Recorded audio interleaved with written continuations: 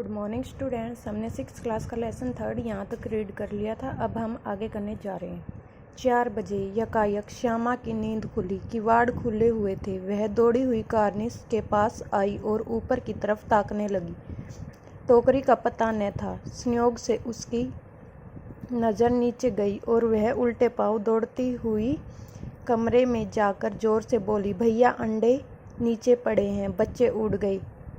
केशव घबराकर उठा और दौड़ा हुआ बाहर आया तो क्या देखता है कि तीनों अंडे नीचे टूटे पड़े हैं और उनसे कोई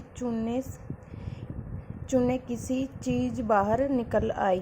पानी की प्याली भी एक तरफ टूटी पड़ी है। उसके चेहरे का रंग उड़ गया। सहमी हुई आंखों से जमीन की तरफ देखने लगा। श्यामा ने पूछा, बच्चे कहाँ उड़ गए भैया? केशव ने करुण स्वर में कहा, अंडे तो फूट गए। श्यामा, और बच्चे कहाँ गए?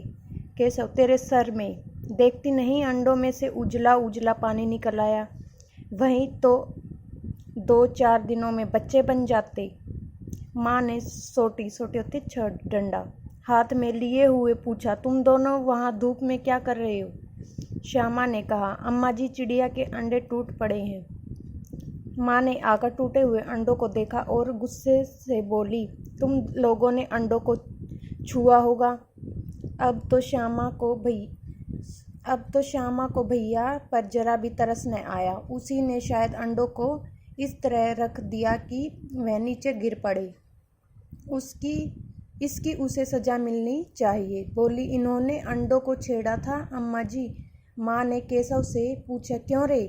केशव भीगी बिल्ली बना खड़ा रहा। माँ, तू वहाँ पहुँचा कैसे? श्यामा, चौकी पर स्टूल रखकर चढ़े अम्मा जी। केशव, तू स्टूल थामे नहीं खड़ी थी? श्यामा, तुम्ही ने तो कहा था। माँ, तू इतना बड़ा हुआ, तुझे अभी तक इतना भी मालूम नहीं कि छूने से चिड़िया के अंडे गंदे हो जाते हैं। चिड़िया फिर उन्हें नहीं सहती। श्यामा ने डरते डरते पूछा, तो क्या चिड़िया ने अंडे गिरा दिए अम्मा जी? माँ, और क्या करती? केशव के सिर इतना बड़ा पाप पड़ेगा। हाय हाय, 3 जाने ले ली दुष्ट ने। केशव रोतनी सूरत बनाकर बोला, मैंने तो सिर्फ अंडों को गद्दी पर रख दिया था अम्मा जी। माँ को हंसी आई, मगर केशव को कई दिनों तक अपनी गलती पर अफसोस होता रहा। अंडों की हिफाजत करने के जोग में उसने उनका सत्यानाश कर डाला।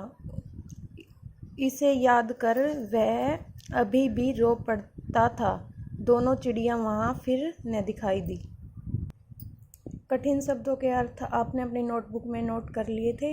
एक बार फिर से देख लेते। कार्निस, दीवार की कंगनी पर पंख, फुर्सत, आराम, तसल्ली, दिलासा, जोग, प्रयत्न, सहमी हुई, डरी हुई, पेचीदा, कठिन, हिकमत, उपाय, उजला, सफ़ेद, तरस, दया, अंदाजा, अनुमान, सुराख, छेद, सोटी, छोटी छड़ी। अभ्यास के प्रश्न उत्तर। अंडों के बारे में केशव और श्यामा के मन में किस तरह के सवाल उठते थे? वे आपस में ही सवाल जवाब करके अपने दिल को तसल्ली क्यों दे दिया करते थे? उत्तर।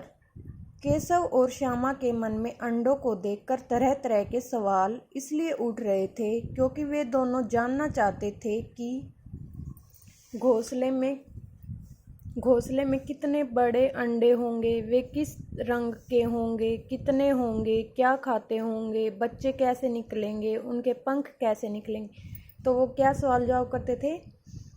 वो जानना चाहते थे कि घोंसले में कितने अंडे हैं, किस रंग के हैं, कितने हैं, क्या खाते हैं, उनमें से बच्चे कैसे बन जाएंगे, वो कैसे निकलेंगे, उनके पंख कैसे निकलेंगे। तो वो दोनों केशव और श्यामा यही एक दूसरे से सवाल करते थे। Question number 2। केशव ने श्यामा से चीथड़े, टोकरी और दाना पानी मंगाकर कार्निस पर क्यों रखे थे? केशव ने श्यामा से चीथड़े, टोकरी और दाना पानी मंगाकर कार्निस पर इसलिए रखे थे कि चिड़िया के बच्चों को सोने, खाने तथा पानी के लिए परेशान न होना पड़े। किस लिए रखे थे? ताकि चिड़िया के जो बच्चे थे उन्हें सोने के लिए और खाने और पानी पीने के लिए परेशान न होना पड़े, क्योंकि चिड़िया अकेले इतना दाना पानी नहीं ला सकती थी जिससे उनके बच्चों का पेट भरे। वो सोचते कि अंडे भी खाना खाते हैं, पानी पीना के लिए बार बार परेशान होना पड़े, और चिड़िया इतना दाना अकेले नहीं ला सकती, इसलिए अपने बच्चों का पेट भी नहीं भर पाएगी, इसलिए उन्होंने चीथड़े और टोकरी दाना पानी मंगाकर कार्निस पर रख दिया। क्वेश्चन नंबर 3, केशव और श्यामा ने चिड़िया के अंडों की रक्षा की या नादानी? केशव और श्यामा ने अपनी बाल सुलभ सोच के अनुसार चिड़िया के अंडों की रक्षा की, परंतु उन्हें इस बात का ज्ञान नहीं था कि हाथ लग जाने पर चिड़िया अपने अंडों को नहीं सेती है। अतः उनके द्वारा किया गया यह कार्य उनकी नादानी को दर्शाते हैं। केशव और श्यामा को ये नहीं पता था कि अगर अंडों पर हाथ लग गया तो चिड़िया उनके अपने अंडों को नहीं सहेगी, इसलिए उनके यह कार्य उनकी नादानी को दर्शाता है। Thank you. ये आपको अपनी फेयर नोटबुक में नोट करने हैं।